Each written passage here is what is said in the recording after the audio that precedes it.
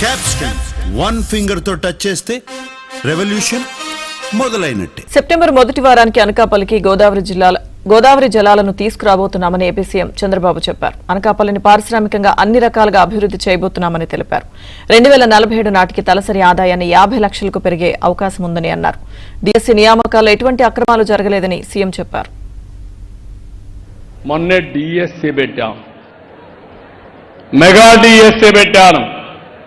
పిల్లలు బాగా చదువుకున్నారు. 350 పిటిషన్లు వేశారు, కోర్టుకి వెళ్లారు.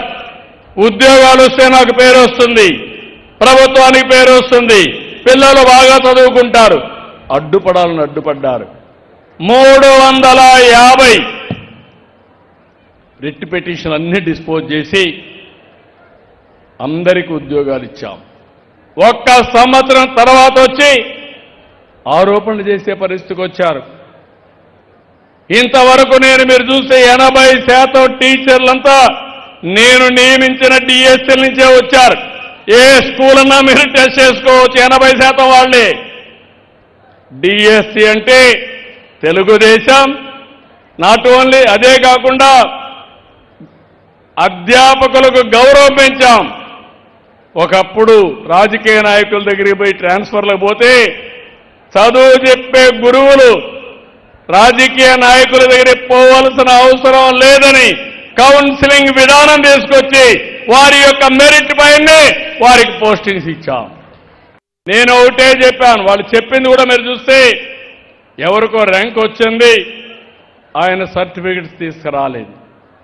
ఆయన వెరిఫికేషన్ రాకపోతే ఆయన తప్పది, ఆయన లోపాలు ఆయన గుర్తుపెట్టుకోవాలి. రెండోది, పిల్లలు చదువుకోవడమే కాదు స్పోర్ట్స్లో కూడా ప్రాధాన్యత ఇవ్వాలనుకున్నాను.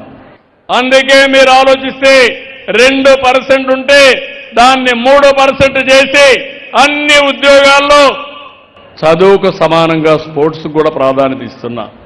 నేను ఆ ఉద్యోగాలు ఇస్తే మీరెందుకు ఇచ్చారంటారు. డెఫినెట్గా ఇస్తాను. అది Telugu Desam NDA policy. Guide lines కూడా మీరు చూస్తే గవర్నమెంట్ ఆఫ్ ఇండియా పెట్టిన గైడ్ లైన్స్ ప్రకారమే ఇచ్చాను తప్ప ఎక్కడా డీవియేషన్ లేదు. ఎక్కడో ఎవరో డబ్బులు అడిగారని ఇందులో అవినీతి జరిగిందంటారు. వీళ్ళ పిఏ 100 కోట్లు సంపాదించాడు, ఆయన ఆఫీసులో ఉండి దానికి సమాధానం చెప్పడు. గ్రూప్ 1 సర్వీస్, అడ్మినిస్ట్రేటర్స్ సర్వీస్ చేసే ఎంపిక చేసే సర్వీసు అందులో ఇష్టానుసారంగా చేశారు. ఆఫీసులో పగడ్బందీగా సెక్యూరిటీ పెట్టి చేయాల్సిన గ్రూప్ 1 హైదరాబాద్ పంపించేశారు. హ్యాండ్ రైటింగ్తో మామూలుగా మాన్యువల్గా చేయవలసినటువంటి పరీక్షలు రుద్దేది మెకానికల్గా చేశారు, డిజిటల్గా చేసేశారు. కోర్టు తప్పుపట్టింది, కోర్టు తప్పుపట్టినా లెక్క పెట్టుకోలేదు. మళ్ళా కోర్టు డైరెక్షన్ ఇస్తే హోప్ ఐలాండ్లో చేశారు. ఇష్టానుసారంగా పిల్లల యొక్క భవిష్యత్తుని అంధకారం చేయడానికి చేశారు. అందులో కూడా చేసిన వాళ్ళు వాల్యుయేషన్ చూస్తే మామూలు టీచర్లు కూడా లేరు. ప్లంబర్లు, కన్స్ట్రక్షన్ వర్కర్లు, ఇంట్లో పనిచేసేవాళ్ళు, అటెండర్లు, ఎలక్ట్రీషియన్లు వీళ్ళు రివ్యూ చేసే పరిస్థితికి వచ్చారు.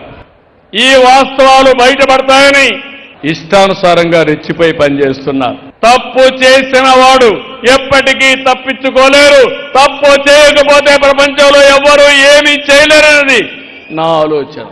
నిన్న మీరు చూశారు వివేకానంద రెడ్డి గారి మర్డర్. బాబాయిని గొడ్డలతో లేపేసిన పార్టీ ఈ పార్టీ.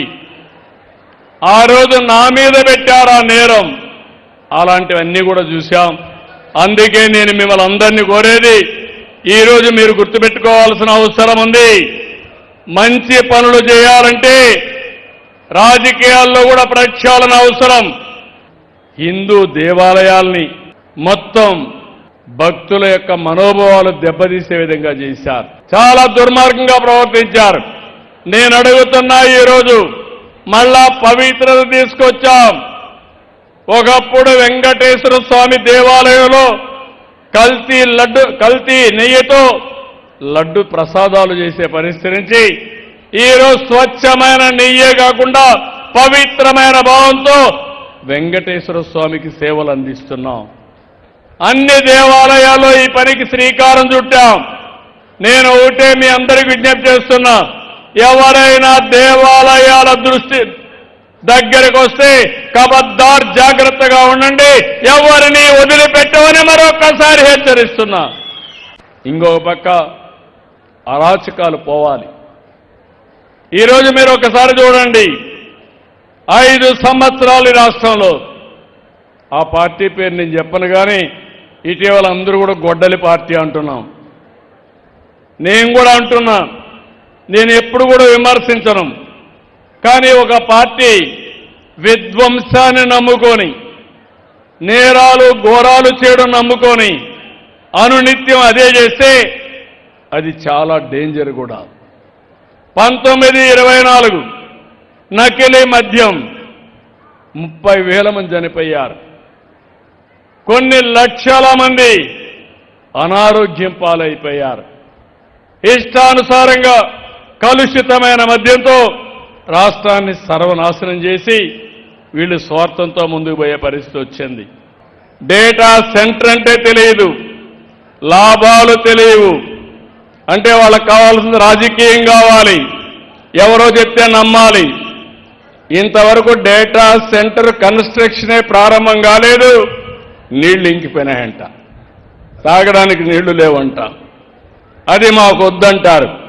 నేను అడుగుతున్నా, ఇలాంటి పిల్లలు, వీళ్ళు మట్టిలో మాణిక్యాలు, వీళ్ళకు అవకాశాలు ఇస్తే ప్రపంచాన్ని శాసించే శక్తి ఉండే పిల్లలు మన పిల్లలని మరొకసారి మీకు తెలియజేస్తున్నా. తొందరలోనే అనకాపల్లికి, విశాఖపట్నానికి గోదావరి నీళ్లు తీసుకొస్తాం.